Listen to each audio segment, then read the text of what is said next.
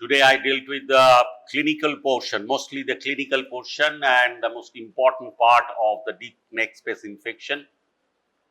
To commemorate their previous day, the deep neck space is divided into the entire length of the neck. The superficial space, the retropharyngeal space, the danger space, the prevertebral space and the carotid sheath. And next it is divided into suprahyoid and infrahyoid portion. The suprahyoid is the submandibular space. Again it is divided into sublingual and submaxillary. The parapharyngeal, peritonsillar space, the parotid space, the masticator and temporal space. Temporal space again by the temporalis muscle divided into the superficial and deeper portion. The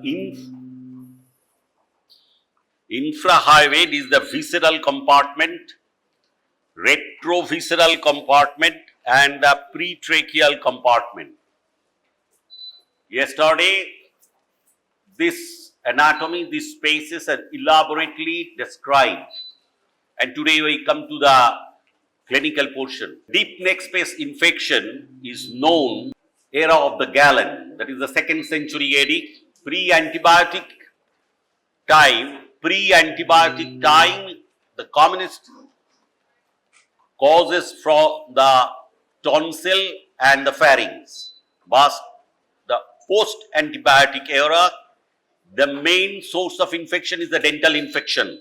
Invention of the antibiotic, the dental source is the main source, dental infection. Others are the peritonsillar abscess, the upper aerodigestive tract trauma, retropharyngeal lymphadenitis, sialoadenitis. From the temporal bone, you know the complication of the CSOM is the basal abscess. Sometimes there is the infection of the petrous apex and the congenital cyst and the intravenous drug abuse. That can be causes the deep neck space infection. That is the etiopathogenesis. That means it is divided into the pre-antibiotic and post-antibiotic era. Now the microbiology, pre-antibiotic era mostly the Staph aureus, and currently it is the anaerobes, the alpha hemolytic streptococci and the Fussibacterium, bacteroids, Streptococcus. But peculiarly, gram-negative organism, it's not so common. But one thing is very important, it is always and always the polymicrobial. Now the main clinical manifestation, the fever, the swelling, the trismus, the limitation of the leg movement depending on the site. The trismus, where there is the pterygoid muscles are involved, and the limitation of the neck movement mainly where is the neck muscles are involved, there is the fasciitis, or there is some difficulty in the joint about the atlantoaxial joints. The progressive dysphagia or odinophagia. Odinophagia is the painful deglutition, voice change, dyspnea and chest pain. That is the main clinical manifestation, but we describe the pain. It is a constant feature of the deep neck space infection. Indication, if it is reduced or it is in resolution, the indication of extension or resolution by the pain. An exception is the retropharyngeal abscess in the children. It is a painless. Retropharyngeal abscess in the children, only the swelling, almost it is a painless. Fever, there is a constant feature is the fever. Initial spike followed by the elevated temperature. Spiking temperature is the doubt about the septicemia. Septic thrombophlebitis of internal jugular vein or the mediastinal extension and other features. Now main name is the Ludwig's angina. Is the commonest finding about in between the deep neck space infection.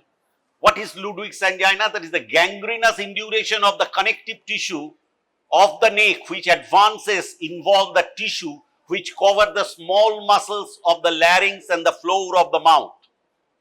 Cellulitis of the submandibular space, the anterior teeth and the first molar, infection of the sublingual space. Mostly there is the dental infection is the cause of the deep neck space. second and third molar infection of the submaxillary space, as the submaxillary space just behind the sublingual space. Causative organism, hemolytic streptococci. You see, this is the attachment of mylohyoid muscle. You see the molar tooth, 1, 2, 3. If it is in the sublingual space, that is the sublingual area, then the first molar and other tooth caries can come to the point. Even after the extraction, it can be happen. But for the submaxillary space, those two teeth are responsible. Criteria diagnosis, rapidly progressive cellulitis. Firstly, one thing, it is the cellulitis, it's not the abscess. Most of the cases, you do not get any amount of pus. Develops along the facial plane of the direct spread, not lymphatic spread. No hemolytic, no lymphatic spread. Both the sublingual and submaxillary spaces are usually affected, and it is affected bilaterally. When I show you the picture, you will see that is a swelling of the whole surface area below the mandible. Pseudo-Ludwig's, sometimes there is an inflammatory condition involving the floor of the mouth. Limited infection of the sublingual space by the submandibular gland or by the lymph gland involving those spaces. But this is not the Ludwig's. Ludwig's is it progresses along the facial plane, and it is a very cellulitis and is a superficial part. Etiologic, dental cause, extraction disease of the molar initiate the infection, penetrating injury of the floor of the mouth or the mandibular fracture.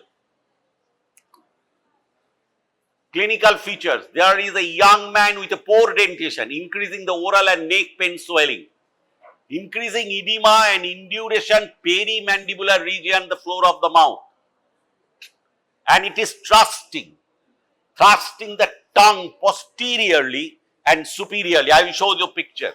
Neck rigidity, trismus, odinophagia, fever, dyspnea and stridor, everything can be happen as it is progress along the facial plane. This is the features. You see, bilaterally there is a swelling. The tongue is protruded. Now you see the X-ray. Soft tissue shadow increased in the girth. This is the child. You see the sublingual area, the tongue. This is the neck feature. And you see that is the axial CT. You can see some diffuse enlargement of the tongue with the attenuation area here with a phlegmon. Ludwig's angina, what is the treatment? Treatment always the antibiotics. But what is the antibiotic? I think you don't know the name of the penicillin. You never see the use of the penicillin. Still now penicillin is the miraculous drug. Only and only complication is the hypersensitivity. When I joined in my service in a small subsidiary health center, routinely we use the benzyl penicillin. The patient comes in the morning and afternoon to take the dual dose of the benzyl penicillin, the only antibiotic. And you can add the metronidazole due to the bacteroids. Late stage airway obstruction, you go for, that is the edema going even to the pre-epiglottis place, in the larynx, subfacial plane, and that causes that is a airway obstruction. You should do the tracheostomy. Why not the endotracheal intubation? Because if you try to do the endotracheal intubation, there is a profuse amount of saliva, profuse amount of secretion that can cause the aspiration and will produce the pneumonitis later. So better to do the tracheostomy. Now, what is the incision? You see, this is the horizontal incision with a wide exposure. You see the neck, you cut thoroughly from here to here. But you are not the murderer. You cut here and you go to the subfacial plane. You will never get the abscess, never get the pus. Only some sanguineous discharge, watery discharge is coming out. And what is the appearance? It is known as salt pork appearance. Have you ever seen the pork, salted pork? Then you can realize what is the consistency. Woody induration, watery edema, little bleeding, gross purulence. But what is needed? Multiple drainage is needed. Complication, airway obstruction. Already I have seen how you will combat that. That is the sprayed infection, the parapharyngeal, retropharyngeal and the mediastinum. Aspiration pneumonia, already I have told you. The lung abscess, fluid electrolyte imbalance, that is a very common for any problem, acute problem. The tongue necrosis, there is continuously the tongue is edematous and jeopardize the vascular supply and necrosis will happen. And lastly, the septicemia. If it is not treated in time, the septicemia will be the result. Next important thing is the parapharyngeal abscess. Causes is the peritonsillar abscess, dental infection and other spaces and trauma. But the main two is the dental infection and peritonsillar abscess. Clinical features, prolapse of the tonsil. When is the anterior compartment? It is in the anterior compartment, trismus, external swelling behind the angle of the jaw, odynophagia and fever. You see, that is the uvula, this is the tonsil, and here is the part, the anterior compartment, it is prolapse tonsil. And due to the involvement of the pterygoid muscle, there is a trismus. And where is the swelling? Exteriorly, I will show you in the picture. The posterior compartment, bulge on the lateral pharyngeal wall, lower cranial nerve palsy, Horner syndrome, swelling of the parotid region and odynophagia. There is some mistake in it is not the upper cranial nerve palsy. This is not the lower, but no, it is the lower cranial nerve palsy and the Horner syndrome. Horner syndrome, what is Horner syndrome? Do you know? What is that? And what is the feature? Ptosis, meiosis, anhidrosis. इतना नहीं बोलना चाहिए. The three things is the very common. That is the ptosis, meiosis and myopic and anhidrosis.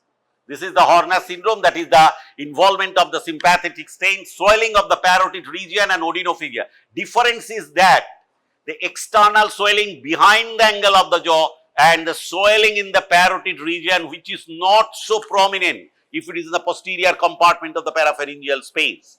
But if it is in the anterior part, then there is the external swelling behind the jaw. You see, this is the parapharyngeal abscess in the anterior compartment. That is the jaw and here is the swelling. And if you can see, that is the abscess. The aerated area in the swelling, this is the abscess. Now, it is in the posterior compartment. You see, it is the axial cut of the CT and it is the parapharyngeal area. There is an abscess there is a AR in the area. That is the feature of the abscess. Now, treatment. Again is the treatment. The parapharyngeal abscess, the treatment is IV antibiotics, same, dehydration correction, analgesic and surgery. Surgery, question can be arise from, you can be given from the surgery. There is the external approach, mostly the external approach. There is no internal approach for the parapharyngeal abscess. And what is the external approach? That you can give the incision along the sternocleidomastoid, or you can give a transverse submandibular incision. Another incision you can give to get the advantages of this incision, that is a T-shaped. It is the Mosher's T-shaped incision, and you will open. It is the approach to the parapharyngeal space, and It is also another approach for the parapharyngeal space, deeper portion. Now complication, the rates about the 16%. Carotid sheath involvement, internal jugular vein thrombosis and the spiky temperature, you have to cut the internal jugular vein and drain it, then given the anticoagulant. Carotid artery thrombosis, I don't know thrombolytic how much it will help you. Internal carotid artery pseudoaneurysm presenting as the Horner syndrome.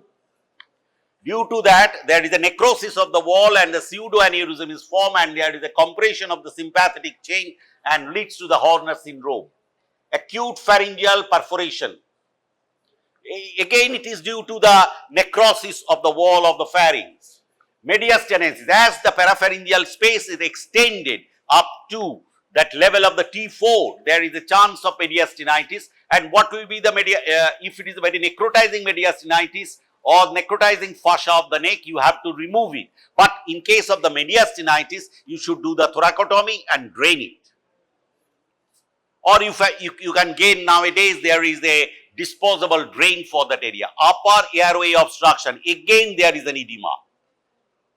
And tracheostomy in the deep neck space infection is very much needed. Another condition is known as acute epiglottitis. Do you know what is the causative organism? Anyone? Acute epiglottitis, it is the beta hemolytic streptococci. And it is a swelling of the epiglottis and swelling of the periepiglottic space and the perilaryngeal area that can cause it again the dyspnea or the respiratory distress. Better to say it is a stridor. And you should do the tracheostomy as early as possible. An antibiotic is the amoxicillin or the ampicillin group. Retropharyngeal abscess is another important. In retropharyngeal abscess, there is a two-part, is the acute retropharyngeal abscess, another is the chronic retropharyngeal abscess. 50% occur in the younger patients, 6 to 12 months of the age, 96 occur before the 6th year. Children with fever, irritability, but one thing I have already mentioned that there is no pain. Poor oral intake, sore throat, the drooling of the saliva. And adults, the drooling of the saliva, any pathology in the oral cavity, if it is a foreign body, if there is any ulcer, if there is a swelling, that the drooling of the saliva is a common feature in case of the children. Now the dyspnea or the respiratory distress. And what is the final thing? The lateral posterior pharyngeal bulge. In the parapharyngeal abscess, that is the bulge, the tonsil, anterior pillar, medially, but it is the posterior wall, posterior to the, you just imagine that the posterior pillar of the tonsil, then the bulge, and is a one side bulge. And why one side bulge? The retropharyngeal space is divided by a septum. You imagine that, yes, last day's picture, retropharyngeal space is by the prevertebral fascia, and in front or anteriorly the buccopharyngeal fascia, the space is divided by a septa, and that space is occupied by 3 limb glands. That is the Henle's and another, the 3 limb gland, and that was infected and causing the abscess. So, either side of the septum, it is very uncommon. In one side of the septum, so it is the one side of the posterior pharyngeal wall will be bulged. You see, this is the bulging. This is the uvula, this is the bulging of the posterior pharyngeal wall. And you see, this is the schematic diagram, that is the retropharyngeal space, and this is the retropharyngeal abscess. Now, retropharyngeal abscess in pediatrics, suppurative process of the lymph nodes. I have already told you there is the lymph node, and the lymph node draining the nose, adenoid, nasopharynx and sinuses. But the adults, it may be due to the trauma and adjoining deep neck space infection. Now, again there is a schematic diagram, beautiful diagram. You see, that is the retropharyngeal abscess space, the prevertebral fascia, this is the buccopharyngeal fascia, this is the peritonsillar abscess, and this is the tonsil, this is the alar fascia, part of the prevertebral fascia, and here is the formation of the abscess, and it's a bulgier. Retropharyngeal lateral leg plane by an X-ray. Now you have got the CT scan, but by the X-ray, what is the normal? In normally 7 millimeter at the level of C2. The thickness of the prevertebral soft tissue shadow is the 7 millimeter. C6 level for the kids 14 millimeter, for adult it is 22 millimeter. If it is more than that, then there is a chance of abscess or anything. SOL is there. How can you recognize the abscess? If there is a fluid and air, then you can confirm it is an abscess. Now the loss of cervical lordosis. Cervical lordosis is lost. Now another thing is very important. You can do it in clinics. When the width of the soft tissue is more than 50% of the width of the vertebral body, then there is something occupying that space. That may be an abscess, that may be an SOL. Air shadow in the prevertebral space without the fluid level, that may happen. Now you see, this is the CT scan, that is the axial section, this is the vertebral body, and this is the abscess. There is some collections also there. Now the retropharyngeal abscess treatment is the IV antibiotics, saying surgical drainage, intraoral, external, the tracheostomy, anterior cervical approach, and you can do that. Again, there is the medial border of the sternocleidomastoid, and you can go to the retropharyngeal exploration just medial to that carotid sheath, and exploration of the carotid sheath in that area. You by a weight mop, you can separate it from that tissue and make an incision over the constrictor muscle, or when and as and when we just separate that carotid sheath, then you can see the abscess cavity, you incise it. That is the external approach. But there is also an internal approach, intraoral approach. You allow the patient to sit in a 60-degree position, generally without anesthesia. By the local anesthesia, you make a small stab incision, and the profuse pus will come out, and give an antiseptic wash. But it is difficult to do in case of the children. And again, it is difficult to do an endotracheal intubation when there is the swelling in the posterior pharyngeal wall. You cannot see that laryngeal opening properly. Now, chronic retropharyngeal abscess is very common. It is due to the tuberculosis of the cervical vertebra, and this abscess is not truly the retropharyngeal abscess. It is in the prevertebral space. Retropharyngeal space is buccopharyngeal and prevertebral fascia, but it is beyond that prevertebral fascia towards the vertebra. Asymptomatic mild discomfort, smooth bulging posterior pharyngeal without the sign of inflammation. You see, this is the picture of the X-ray. Here is the Pott's disease, and that is the retropharyngeal spine with an abscess. The old picture. Now the diagnosis. Chronic retropharyngeal abscess by the blood examination, sputum for AFB, excess cervical spine test. And what is the treatment? Treatment is the antitubercular. Sometime it is needed the aspiration by the large bore needle, wide bore needle, large abscess drainage through the external route. Now this is most important. What is the difference between acute retropharyngeal and chronic retropharyngeal abscess? It is in the adult, it is in the younger patient, and it is a pyogenic organism. This is tubercular, and basically this is an acute condition.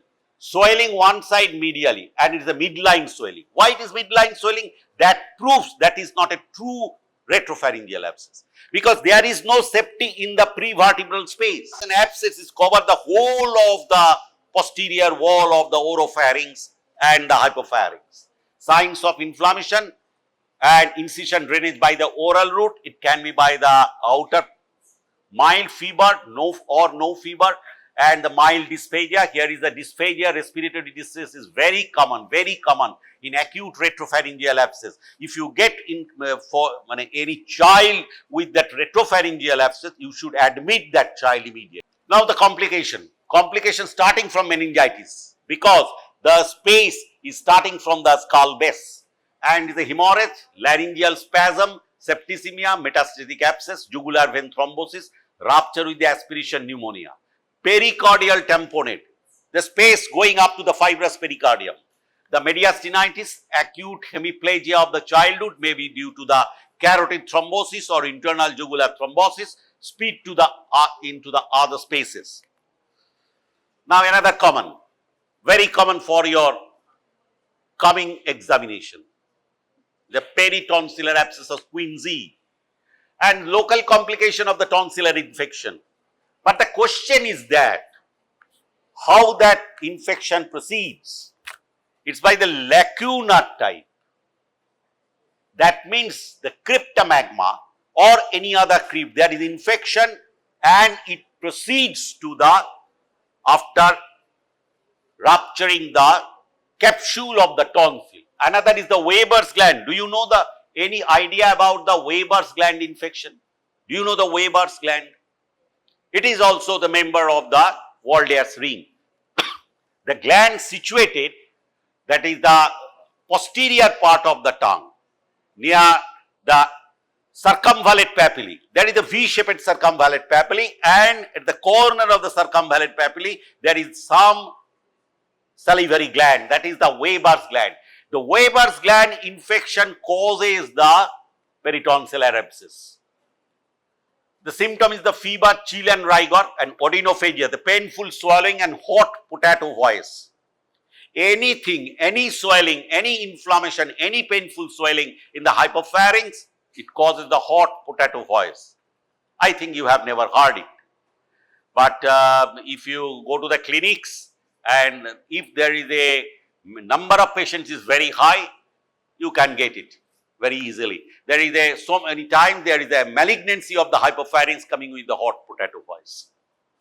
Halitosis, head tilted towards the affected side as there is a neck muscles infection, and also there is a joint, there is a inflammation of the joint of the cervical vertebra. Now you see, superior pole area, that is the aspirating area. Now what is that? That is the uvula is deviated, there is a pus covering the tonsil, and that is the superior pore, middle pore, inferior pore. You can aspirate from here. This is the right tonsil, almost encroached towards the left half, uvula edematous, and that is the Quinsy. But one thing, we have taught, and I am very much acquainted with this type of incision, the one line passes along the soft palate area, another line along the tangentially to the anterior pillar, cut in that point. And here is the mostly that the fluctuating part of the peritonsillar abscess. And you take a knife, patient in the sitting posture, assure that patient, you take a 15 blade knife and put a guard, either a rubber ring guard or a small leucoplast, that only the length of the knife will be open, that is almost the 2 to 3 millimeter, and then tongue depressor, you see that area, the tangential line and the line cutting the anterior pillar tangential and cutting the soft palate, and the connecting point you will give, there is a stab incision here, and then by the Quinsy forceps, you just widen that area, and the profuse amount of pus coming out, and the patient will come down very quickly and get relieved. Peritonsillar abscess, the anxious faces, stiff head and pulsate temperature, the trismus, unilateral swelling over the palate, uvula pushed opposite side, displaced medially, palate angry, red, immobile, thick mucosa. The palate angry, red, immobile, jugulodigastric lymph gland enlarged. Treatment, hospitalization. I do not think so. Not all, in case of the adult, almost no need of hospitalization. A correction of the dehydration. But in Santiniketan Medical College, every patient was admitted for the investigations and treatment. All the patients, they are trying to admit. The correction, the systemic parenteral broad spectrum antibiotic, incision drainage, and the parenteral antibiotics. Again, here is the antibiotic is the penicillin, or sometime it may be the amoxiclav injection you can give. Almost ceftriaxone has the lesser role in this type of peritonsillar abscess, but in every abscess you send the pus for the culture and sensitivity. In response, if no pus, parenteral antibiotics, heavy doses. If no response, 24 hours, then incision drainage. If pus present and supportive treatment. After 6 weeks, the tonsillectomy. But it is not a regular approach to us. Generally, if there is a intermittent attack of the tonsillitis and there is a attack of quinsy, then we think about the tonsillectomy. 3 to 4 weeks, even after the 6 weeks after that attack of peritonsillar abscess. Incision drainage, position semi-sitting, incision most prominent part halfway between the last molar and the uvula. Stab incision, dilatation by the St. Clair, Thompson, Quinsy, Caesar, and suction of the pus. You see, this is the tangential line. Here is the incision.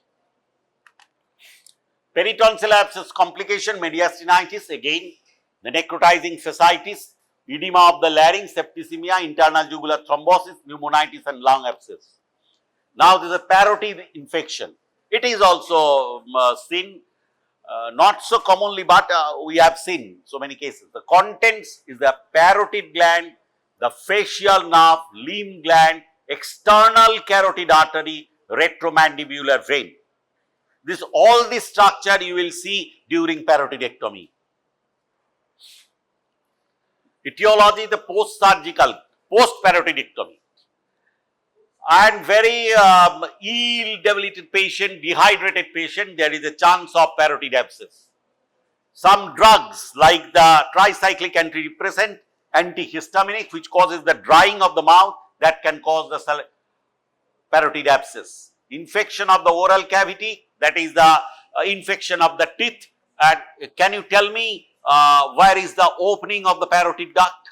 Where is the opening of the parotid duct? Yes, it is the upper second molar, opposite to the upper second molar. Sometime in case of the parotid tenderness, we give the pressure on the parotid and we see there is a thick saliva is coming out. There is a chance of salivadeninitis. Sometimes we give the pressure. If no thick saliva is coming out, we can query about whether the stone formation and there or there is a sialactasis of the parotid gland. Sialactasis of the parotid gland, sialactasis is, I think you know the scenario of the bronchiectasis. That is a small cavities, multiple cavities. The sialactasis is the same thing. Sialactasis of the parotid gland is very common.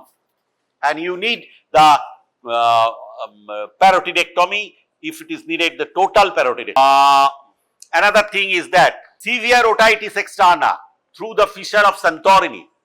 The fissure of Santorini is a fissure in the cartilaginous portion of the external auditory canal. Another, the bony area, the area of Hussex, that is the area where from the otitis externa any abscess that can proceed to the parotid area or the temporomandibular joint. Clinical feature, 5 to 7 days after the surgery, marked swelling of the jaw, pain and induration, congestion in the Stenson's duct, no fluctuation due to the thick capsule. Here is the deep fascia, the part of the deep fascia in splits, and it is ensheathed the parotid completely. So, the fluctuation for the parotid abscess is not so much elicited. Treatment: correct dehydration, improve the oral hygiene, IV antibiotic, and modified Blair, the modified Blair incision. This is the incision for the parotidectomy. This is the incision, the modified Blair incision. You can give this incision for the parotid abscess also, but commonly it is given that a curvilinear incision here. But what is the difficulty? There is in case of the such type of incision, there is a chance of parotid fistula, and you have to treat the parotid fistula for a long time. Now, there is the masticator temporal space infection. It is also, you think about that, that is the pterygoid area, that is the temporalis muscle, and that is the superficial part is lateral to the temporalis muscle, medial to, this is the masticator temporal space infection, mostly the odontogenic, the dental infection, the trauma, superficial extensive facial swelling, severe trismus and pain, deep compartment. When it is in a deep compartment, that means it is the masticator compartment, deeper compartment, there is the involvement of the mastication muscle and the trismus, pain, dysphagia, odinophagia, intraoral swelling, retromolar teeth area. That is the intraoral swelling of the retromolar area when there is a deep compartment. Treatment almost the same, that is the IV antibiotic, intraoral incision, inner margin of the mandibular ramus, retromolar teeth area, external, that is the horizontal incision 2 to 3 centimeter beneath the angle of the mandible. This is the, now the comparative clinical study of the different neck space infection. You see the parapharyngeal infection, there is the anteriorly, there is a pain, we are compared along this, this is the point of comparison, that is the pain, trismus, swelling, dysphagia, dyspnea. The submandibular area, that is the present, is a minimal is present, and but in the parapharyngeal area, that is the when it is the anterior wall, that is a very severe pain and trismus is there. But when it is the posterior, the pain and trismus is minimal, but the dyspnea, the parapharyngeal, the dyspnea, the posterior part, that is a very severe type of dyspnea. Now, the retropharyngeal minimal, the posterior pharynx, the present, all these things are present, dysphagia, mesenteric space, that is the trismus in the mesenteric masticator and temporal space, that is the prominent trismus, and parotid, the pain is severe as the deep fascia is adherent with that.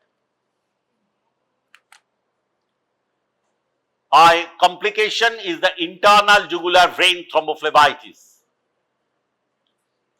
High fever, chinal rigor, the fusobacterium is the commonest organism, swelling pain along the sternocleidomastoid, the bacteremia, septic embolization, dural sinus thrombosis, IV drug abusers. Treatment is the IV antibiotic, anticoagulant is controversial. And I have already said where there is a complication of thrombophlebitis, you ligate an excision.